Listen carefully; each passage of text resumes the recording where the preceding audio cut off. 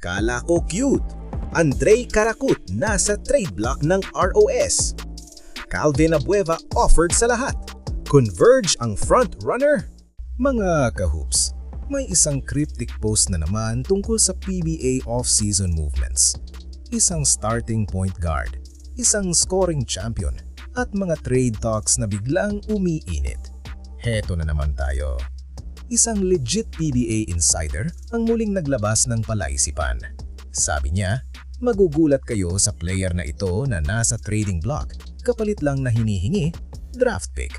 Gusto niyo ng clue? Pogi naman talaga siya, pero nung una, kala ko cute.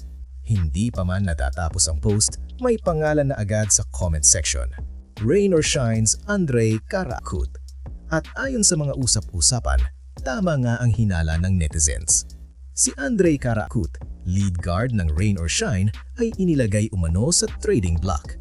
Ang mas nakakagulat, pwede kapalit draft pick. Para sa isang dating starting point guard, malaking balita ito. Quick context lang. Sa mga nakaraang linggo, bumaba ang minutes ni Karakut.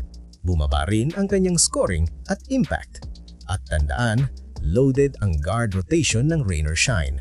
May mga batang guards na kayang punan ang production niya. Dagdag pa rito, si Karakut ay isa ring kilalang social media personality. Kaya noong lumabas ang clue na kala ko cute, madaling nabasa ng fans ang mensahe. Hindi na kailangan ng second hint. Minsan sa PBA, kahit sikat ka online, kung hindi ka fit sa rotation, pwede kang i-move. At habang mainit ang pangalan ni Karakut, mas lalong umiinit ang isa pang balita. Calvin Abueva. Ayon sa parehong insider, si Abueva ay ino-offer na sa iba't ibang teams.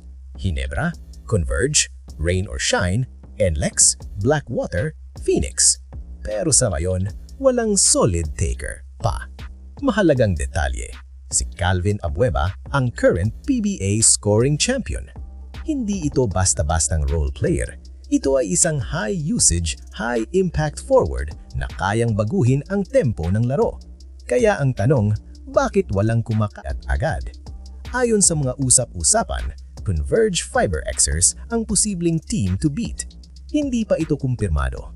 Wala pang pirma, wala pang kasunduan. Pero kung may team na may assets, may pangangailangan, gustong mag-ingay, Converge ang laging nababanggit. Lahat ngayon ay nakasalalay sa tamang negosyasyon. Mga kahoops, tama ba ang desisyon ng ROS kay Karakut? May kukuha ba agad sa kanya? At bagay ba talaga si Calvin Abueva sa Converge? I-comment nyo ang take nyo. Huwag kalimutang i-like, mag-subscribe at i-ring ang bell para sa PBA rumors, trade talks at real talk analysis. Better late than never, mga kahoops.